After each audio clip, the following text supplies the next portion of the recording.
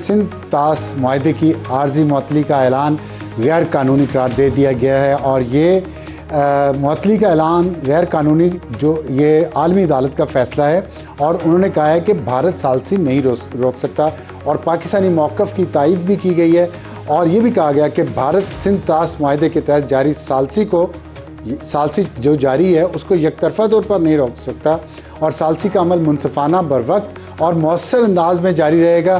कोई फ़रीक यकतरफ़ा अदालत के दायरा इख्तियार को ख़त्म नहीं कर सकता।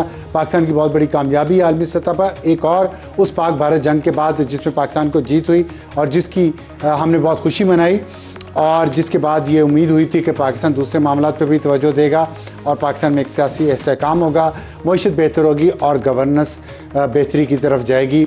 और इसकी वजह एक ये भी है कि जो आज ही ब्लूमबर्ग इंटेलिजेंस की एक रिपोर्ट आई है उसके मुताबिक पाकिस्तान को जो डिफ़ॉल्ट का ख़तरा था, पाकिस्तान उस ख़तरे से निकल चुका है और दुनिया के उन चंद ममालिक में है जहाँ अब डिफ़ॉल्ट का ख़तरा बिल्कुल नहीं रहा और Pakistan Argentina, Tunisia, Nigeria, South Africa और टर्की से भी आगे है।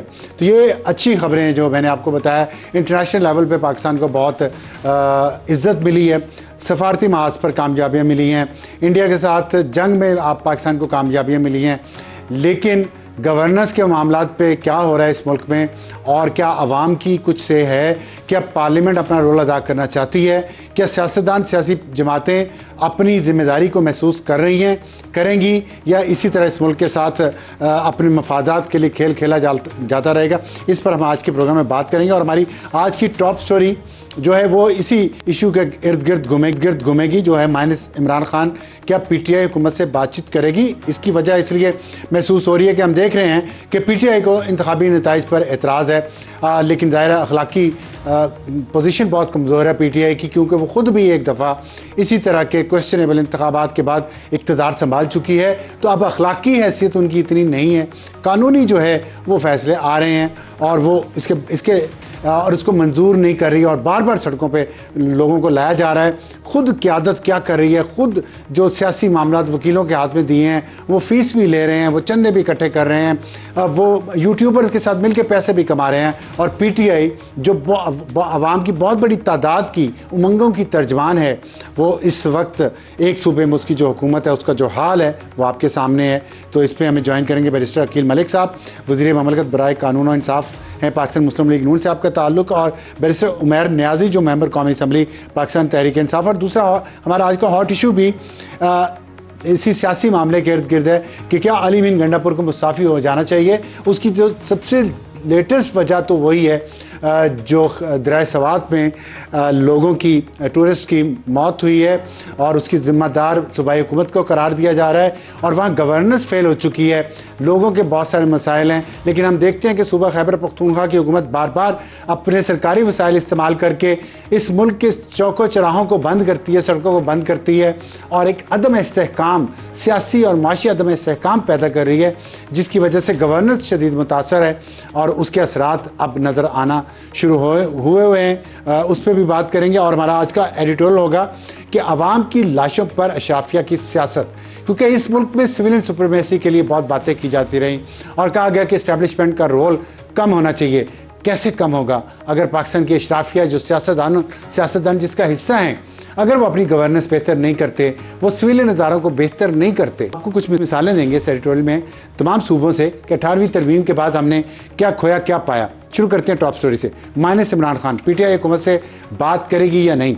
बैरिस्टर नियाज़ी साहब, दोनों बैरिस्टर हैं, बैरिस्टर उमैर नियाज़ी साहब आपसे मैं पूछना चाहता हूँ पहले कि अलीमा खान ने फरमाया कि माइनस इमरान खान तो हो गया, वकीलों के हाथ में आपने पार्टी दी हुई है, उन्होंने आपकी पार्टी का जो हाल कर दिया है और जो अदालतों में भी और सियासत के मैदान में भी, उसके बाद अब आप क्या समझते हैं कि पीटीआई हुकूमत से मुज़ाकरात करेगी, जिसकी दावत वज़ीर-ए-आज़म शहबाज शरीफ ने कुछ दिन पहले बैरिस्टर गौहर के साथ एक असम्बली के अंदर मुसाफिर करते हुए की है?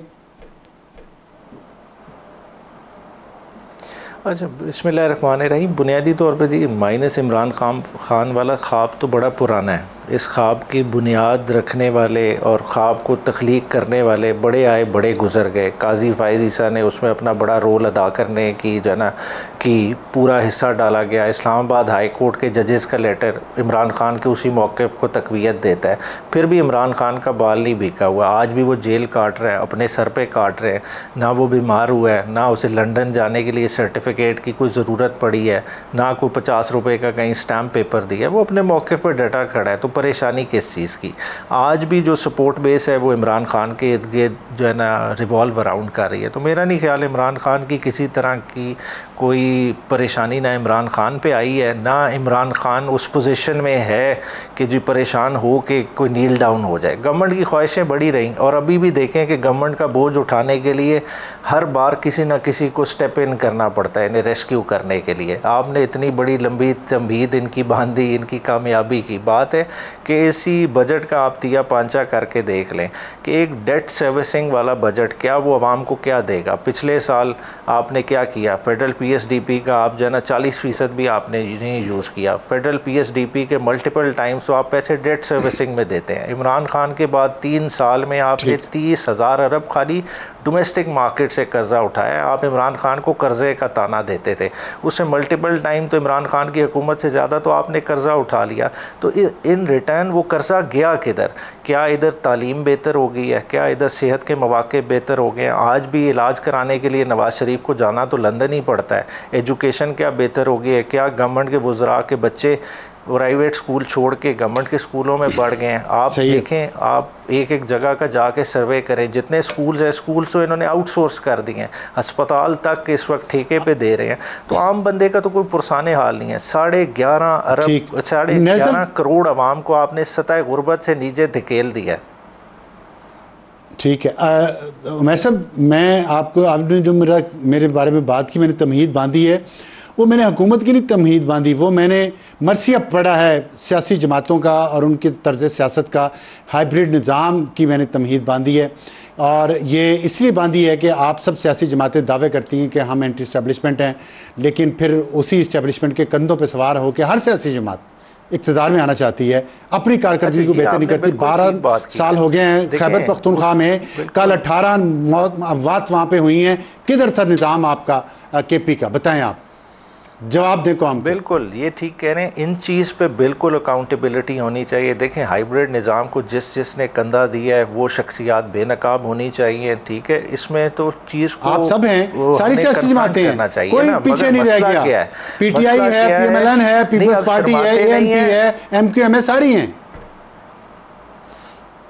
बिल्कुल, अब आपने उसमें कर दिया, मगर आप देखें लोग उस चीज़ को पोर्ट्रे किस तरह से करते हैं। ख्वाजा आसिफ साहब का बयान उठा के देख लें, वो तो इस चीज़ पे आप फ़ख्र महसूस करना शुरू सब ऐसे करते हैं। पहले ये इक़्तिदार में आप भी ऐसे ही फ़ख्र करते हैं, बिल्कुल ख्वाजा आसिफ करते हैं फ़ख्र, इस पर नहीं करना चाहिए। आप लोग अब्बू कहते थे, मतलब मैं इस बात में नहीं जाते, हम माजी में नहीं जाना चाहते। मैं आपसे टॉपिक पे रहना चाहता हूँ। अलीमा खान साहब ने फरमाया कि बजट पास हो गया, खान साहब की मंजूरी के बगैर बजट पास हो गया, माइनस इमरान खान तो हो गया। उसमें सलमान अकरम राजा भी थे मंजूरी जिन्होंने दी, जुनेद अकबर भी थे, सारे थे।